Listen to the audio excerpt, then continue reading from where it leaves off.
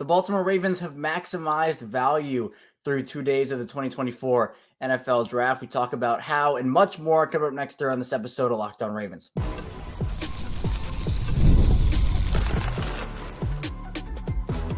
You are Locked On Ravens, your daily Baltimore Ravens podcast. Part of the Locked On Podcast Network, your team every day.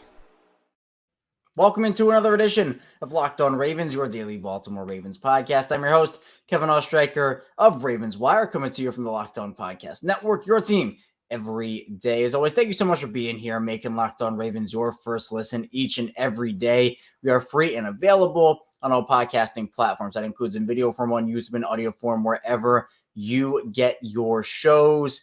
Today's episode of Locked On Ravens is brought to you by LinkedIn. LinkedIn Jobs helps you find the qualified candidates you want to talk to faster. Post your job for free on LinkedIn.com/LockedOnNFL. That's LinkedIn.com/LockedOnNFL to post your job for free.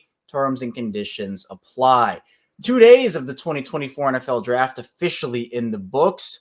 Day 3 kicking off here at 12 p.m. Eastern time for the Ravens. So this is obviously going to be a Day 1 and Day 2 breakdown. If you're listening to this after Day 3, at the time of this recording, I don't know the Day 3 picks. So we're going to be going live on Locked On Ravens after Day 3. We're going to go live. We're going to break that down. Then we'll also have another bonus episode. This being the bonus episode for Saturday. We'll have a bonus episode for Sunday, breaking down everything there as well. The Ravens making 3 picks through 2 days. Obviously, Nate Wiggins was the pick for the Ravens at number 30 in the first round on Thursday. Ravens making 2 picks on Day 2, and that's Roger Rosengarten, the offensive lineman from Washington at number 62, and Adisa Isaac, the Penn State edge rusher, at number 93. So we'll break down those players in the second part of the show. In the first part, though, I want to talk about the Ravens and their value and maximizing value, because I think for a lot of different people, there are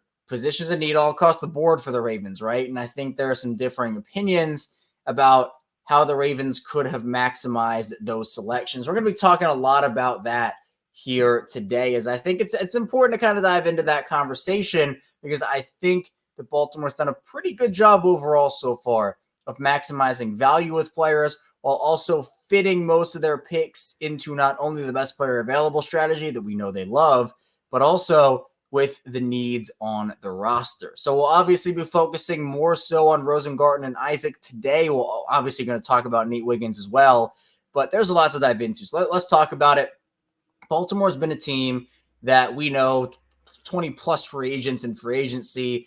It was a team that was always going to have needs across the board no matter what, especially with their free agency strategy, which seemingly is kind of take a step back for the first couple of months and then kind of do their thing as the offseason kind of rolls along here, especially after the comp pick deadline goes away and the comp pick formula no longer matters with free agent signings. Now, when you talk about Roger Rosengarten, and again, we'll do this more a little bit in the second part of the show when you break down the players in particular, but the Ravens, after taking Nate Wiggins at 30, you're thinking, all right, you have to take an offensive lineman at 62 if you're the Ravens, right? Like, you just have to do it. They lose 3 starters on the offensive line. It's a pretty big need. I'm sure there were other players they were considering, other positions, but they seemingly were locked in on Roger Rosengarten the entire time as their guy. It was kind of like the same story as Nate Wiggins. The Ravens, after the fact, they were like, what if Nate Wiggins fell to us? That'd be so cool. And that happened. Well, Roger Rosengarten, kind of the same thing Eric DeCosta said. They were like, all right, do we trade up? Do we wait? They were very happy that Rosengarten fell to them. Rosengarten was a player that was getting very early second buzz or late first round buzz. He was a late riser in the draft process. I saw a bunch of mocks that had him in the first round. San Francisco, Kansas City. I think I saw a mock to Baltimore a couple of times actually as well. So the Ravens getting him at 62 is value, especially because the Ravens, technically they didn't start the offensive line run, but there was an offensive line run after the Ravens took Rosengarten, and particularly an offensive tackle run. That's the important part here, is for the Ravens, they've done a great job seemingly of getting ahead of the runs. That to me has been important. You talk about Nate Wiggins. They take him at 30. The corner position in the first round was a little weird in terms of there was this crazy fall for everybody. Kenyon Mitchell ends up going 22 to Philadelphia. Everybody expected him to go top 15, top 20. Same thing with Terrion Arnold. He goes 24. So that pushed all these great corners down the board. The Ravens get Nate Wiggins at 30. Great value there. But then we saw at the beginning of day 2 a massive run on cornerbacks. So that was, I think, and again, you can only predict how the board falls so much, even if you're in those draft rooms as a general manager or whatever, scout, you can say, oh, this team might do this team might do that. And obviously they have much more intel and everything, but you never know until it happens. So for the Ravens, them getting Nate Wiggins and seeing this huge run on corners, I talked about this on Locked On Ravens on Thursday night for the live stream. That was very early Friday morning at this point, but the Ravens, after Tyler Guyton went at 29 in Dallas, there was no other offensive lineman really worthy of getting that 30th overall pick, in my opinion. You could have taken Roger Rosengarten there. You could have taken Kingsley out of BYU. But to me, I think that Wiggins was a BPA pick. He was the player high on their board. And you know what? They trust their board. We've seen them trust their board for years and years and years now, and it's paid off for the most part, or at least paid off more often than not. So if the Ravens had taken Rosengarten at 30 or Kingsley at 30, there was a big run on corners, and they might not have gotten a quality guy like they did in Wiggins there. I'm not saying there aren't quality players. I mean, again, Kyrie Jackson's still on the board right now. I think Renardo Green went to San Francisco right at the end of that second round. But it was going to be Rosengarten and a corner who I think is not as good as Wiggins, or you could get Wiggins and Rosengarten, and the Ravens obviously took advantage and got Wiggins and Rosengarten. So I think that's value there. Now you talk about Adisa Isaac a little bit in that pick. Isaac was somebody that was getting second round buzz, was ranked in the 30s, I think, for PFF. He was 37 or 38 on PFF's big board heading into the draft. And again, if you like PFF or don't, I'm just, providing context. I think Isaac is a player that you have Kyle Van Noy, Dafe Owe, David Ajabo. Those are going to be your big three, assuming health. And again, you got to take that with a little grain of salt, just depending, because obviously for David Ajabo, he's had 2 injury-plagued seasons, and we got to factor that in. But again, this is a BPA, and as we get further down the draft, the teams are going to start to take swings on players that are more BPA-based instead of pure needs. If you're any team you want, for the most part, and again, it depends where your team is and what the state of the board is, but for the most part, if you're a team, you want a player that can get in there in the first round and contribute early on. But once you start getting to the second round, the third round, the fourth round, I'd say more so the third round, honestly. I think to me, that's where a team can say, all right, this guy's really high on our board. Adisa Isaac has traits, and he has the ability to contribute now. The ceiling for him, though, I think is a lot higher. And to me, I think it was good value for Adisa Isaac, where it wasn't the wide receiver everybody was hoping for. I think a lot of people, Troy Frank, and look, I would have preferred a wide receiver personally, but I think you look back on the value, and the more I look at the pick, the more I like the value of it and the player that he is and what he can do and how he can contribute. He's 6'4". I mean, he's someone that has a really good frame, and the Ravens, they love RIS. They love athleticism. He is certainly athletic and provide the bull rush. And I'm kind of leaking into the second segment a little bit here as we kind of break down these players. But for Baltimore, we know they had a bunch of needs heading into this draft, right? It was no secret they had a ton of needs. So there are a bunch of areas that they can address. And to me, that's the good part about this is, as I've said very many times over the last couple of days, they're going to spread out the positions that they take. It was never going to be 5 offensive linemen, 5 corners, 5 wideouts. As I've said so many times, it's about finding depth, finding value, and I think the Ravens have done a pretty good job overall of doing that. Day 3 is going to be important, though. Pick 113, and we'll get to this more in the final part of the show. That's a very intriguing pick. That was the pick they got in the Morgan Moses trade, that swap there. So we're going to see how they end up handling this thing, but in my opinion, Wiggins, Rosengarten, and Isaac is a pretty good start to the draft for Eric DeCosta and company. I mean, obviously, again, the board can only fall so many ways to you, and you're not going to know until it happens. But I expect maybe to see a trade at some point. And again, I think because I said that probably won't happen. But we're going to see how the Ravens handle this thing, because day 3 is where the money's made, right? 4th round, 5th round. The Ravens love finding those diamonds in the rough. So we're going to see how it all unfolds for the Ravens. Coming up, though, we're going to be talking about Roger Rosengarten and Adisa Isaac, getting into them in more depth and breaking them down. Stay tuned. We got a lot to talk about here on this episode of Locked On Ravens. Bonus here for Saturday.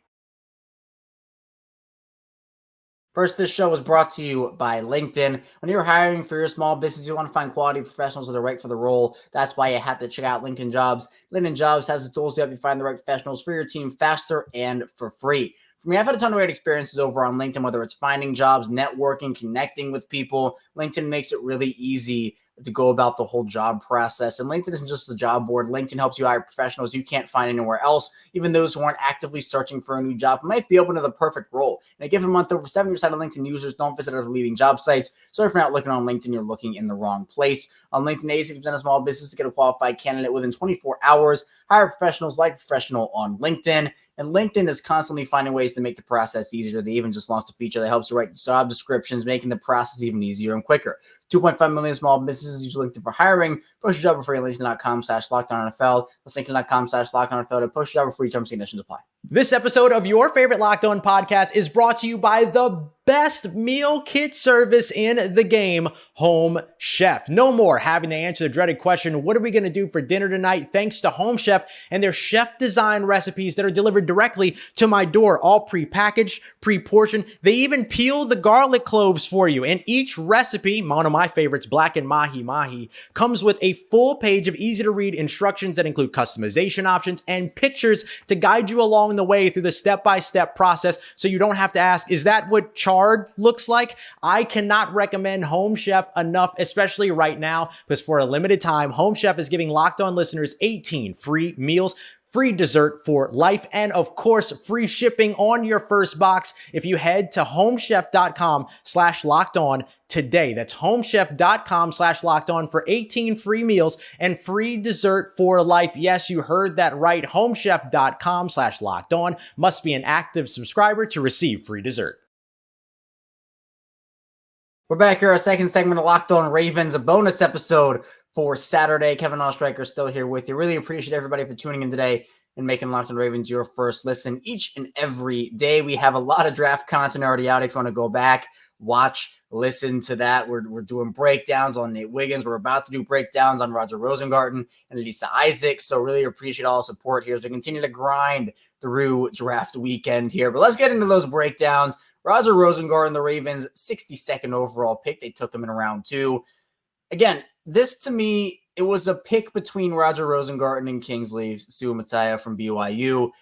I would have leaned Kingsley a little bit, but only by a hair. I mean, either one of these guys I was more than okay with. I mean, I think Rosengarten is more prepared to start now. Kingsley's a little more of a project. So when you look at why Baltimore took a Rosengarten over a Kingsley, you can make it make sense, right? You can understand why. Now, Rosengarten, the thing that pops out immediately, well, there are a few things, honestly. One, no sacks for Roger Rosengarten and over 1,100 pass blocking snaps. That is incredible. I think I also just realized I spelled possible wrong in the breakdown on the side there. Well, you know what? That's draft weekend for you. We roll on. Regardless, Roger Rosengarten to me is a player that fits what the Ravens want to do. When you talk about who Roger Rosengarten is, he's 6'5", 308, a player that to me just the Ravens are going through that offensive line rebuild, right? I talked about it, 3 starters. It's what happens, right? You lose 3 starters, you have to rebuild. In this rebuild, there's been a lot of conversation, and I've kind of raised this question. I think a lot of other people have raised this question of what do the Ravens want their offensive line to look like long-term? What does the Todd Monken offensive line look like? You know, when you talk about the Greg Roman and Todd Monken transition, there's a lot of conversation about, oh, he inherited this offense and these skill position players. But Todd Monken also inherited the offensive line.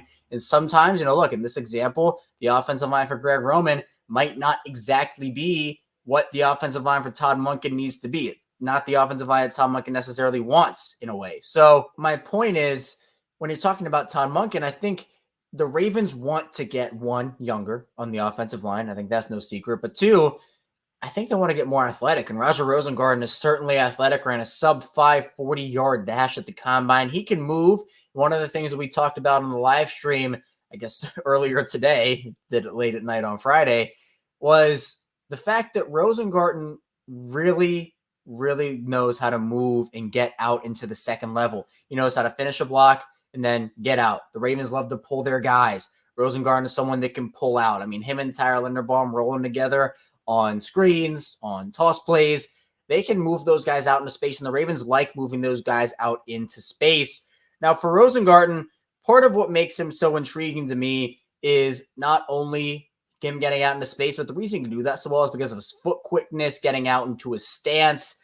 Now, there are some issues in terms of him. He's not the biggest guy in the world. So, in my opinion, he can sometimes get overmatched by bull rushers and stronger rushers. So that can make him a little over aggressive at times. It all just kind of goes into one. So for me, Rosengarten fits the new mold of what I think this Baltimore Ravens offensive line wants to be, the new age, I guess, of Baltimore's offensive line. And this is the direction they're going to want to go in for the long term for these guys. So I think we're going to start to see this rebuild. Maybe the Ravens take another offensive lineman on day 3. We'll talk about that in the final part of the show, but Rosengarten fits there. So for me, there's a lot of other things to like about him, and I think overall his hand placement is good, his hand strength is good. His anchor's okay. I mean, it's an okay anchor, but I think if he can adjust his pad level a little bit, play with a better pad level, that could also help him a lot. So I think he's a guy that can plug and play. He's a plug and play guy pretty immediately,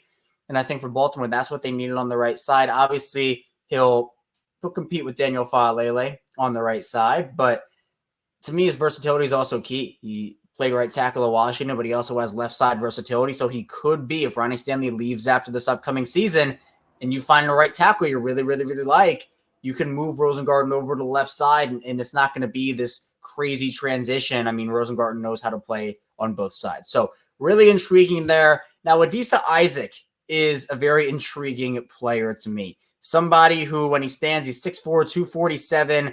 His arm length is very good as well. Speaking of Roger Rosengarten, he's good arm length as well. We know the Ravens, they value arm length a ton. RAS off the charts for a lot of these guys here. Now, Adisa Isaac, the bull rush is there for him. He's very good laterally. I think that's another thing that a lot of teams look at him and like. He has a really solid rip move, but some of the awareness can be a little bit, it can be give or take with him a bit, and sometimes the push isn't necessarily there as well.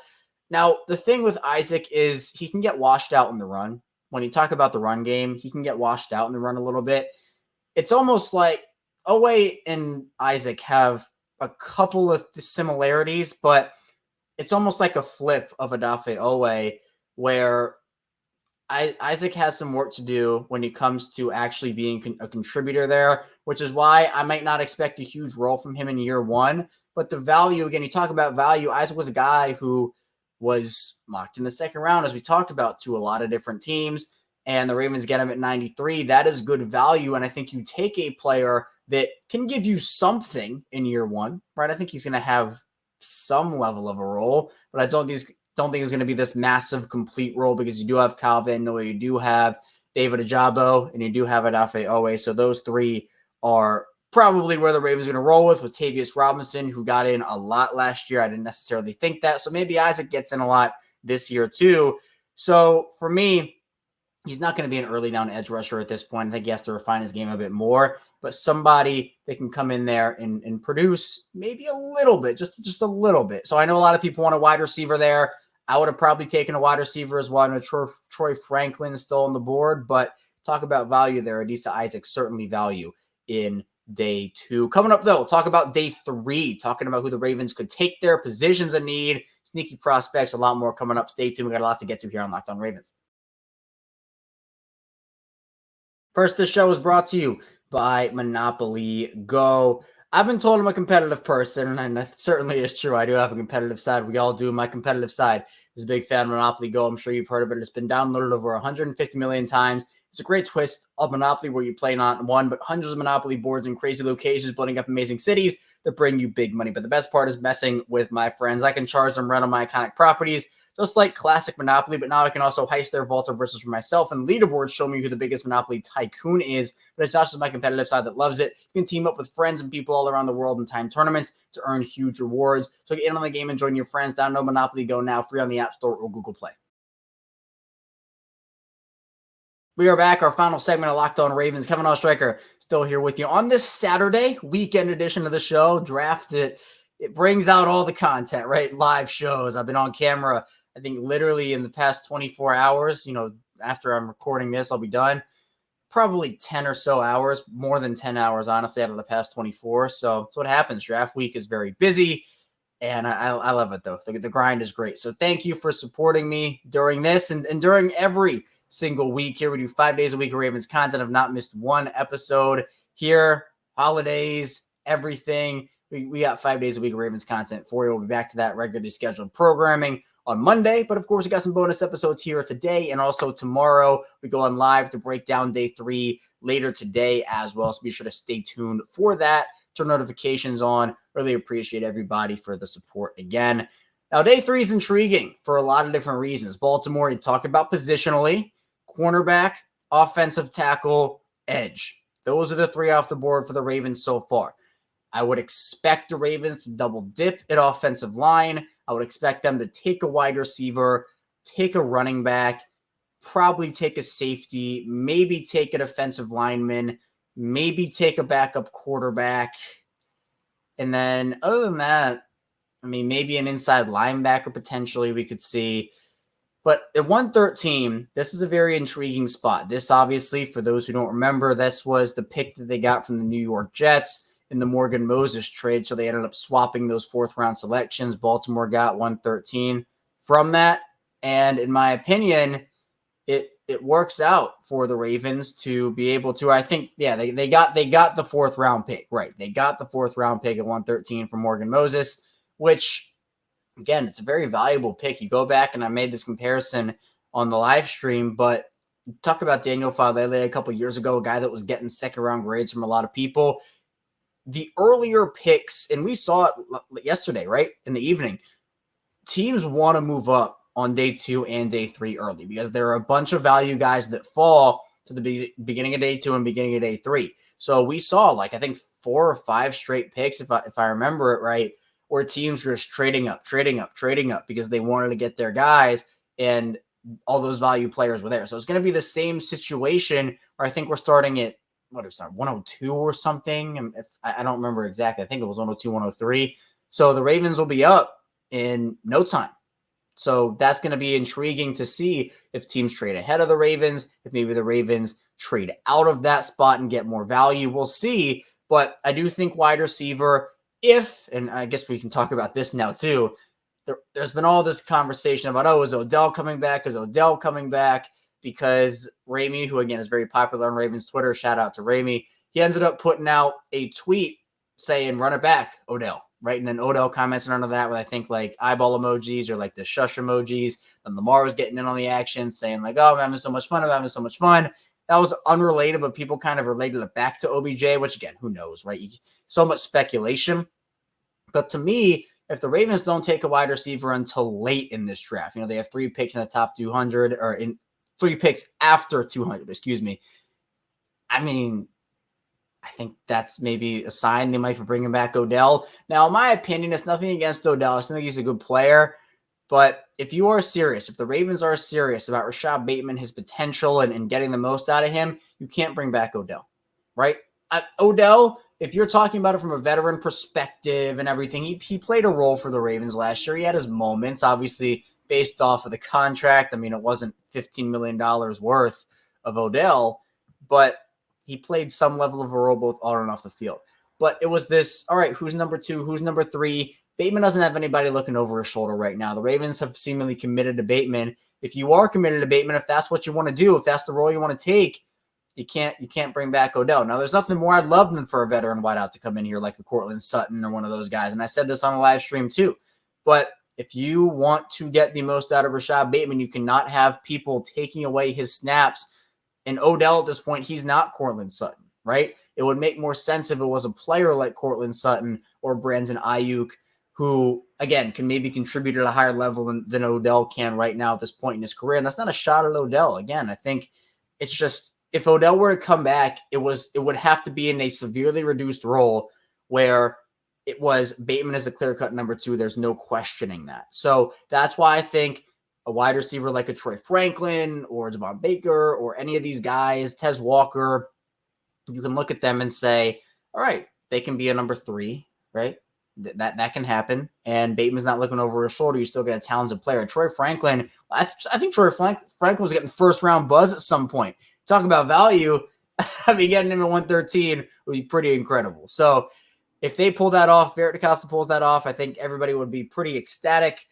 But then you look at the running back situation. Jalen Wright's still there. Braylon Allen still there, who worked out with Derrick Henry in the offseason. I think down in Dallas is where they did that. So I expect Baltimore to take a running back. Eric DeCosta kind of hinted at that during the pre-draft press conference. Would not be shocked whatsoever if that was the role they end up going, or if that was the pick they ended up going there.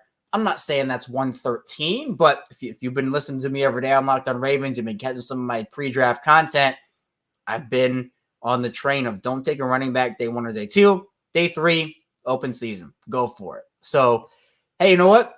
They take a running back at 113. Again, I still prefer wide receiver there, but we're going to see. I think offensive line is also a potential double dip option at 113. Safety is another need. And I think Sione Vaki, or I don't think Jaden Hicks got taken. I think Jaden Hicks will be a BPA play there. There are just a bunch of BPA guys, honestly. And like once you get to the 5th, 6th rounds, a lot of those guys are gone, right? Like they're always the players that slip and fall. Maybe like 4th rounders will slip and fall to the 5th and 6th and 7th rounds. There are always those types of guys, but the 2nd rounders, 3rd rounders, those guys are all going to be gone here on day 3 pretty early. So Baltimore will have an opportunity to take advantage of that. Personally, I wouldn't trade out of that selection. I'd probably try to trade. Maybe, I mean, I think if I could be the Ravens here, I'd probably package some of those 200s picks and try to move up into the 6th. In my opinion, I don't think they need 3 picks in the 200s. I think that's just, a backup quarterback would be fine there. And these quarterbacks have been kind of pushed down a little bit. Spencer Rattler still hasn't gotten taken, and I think he was getting that 2nd round buzz. So that's pushed some guys down. And I'm not saying take Spencer Rattler at 113. Not saying that whatsoever. But, Joe Milton could be a guy later in this draft that could be an option for Baltimore. So again, Nate Wiggins, Roger Rosengarten, Adisa Isaac, those are the 3 Ravens draft picks so far. Day 3 slated to kick off here. So we really appreciate everybody for the support here through draft weekend. Be sure to, again, tune in for the live stream we'll do later after day 3 concludes. Probably an hour or so after, hour or two after. We'll be talking about what the Ravens did on day 3, breaking down the Ravens draft as a whole. Then, of course, we'll have another bonus episode like today's. We'll have that tomorrow at 6 a.m. Eastern time. So, again, be sure to subscribe to the YouTube channel, follow along, the whole 9 yards. Really appreciate it. Coming up again, we'll be back later today on Locked On Ravens. So stay tuned. I'll see you back here later today on Locked On Ravens.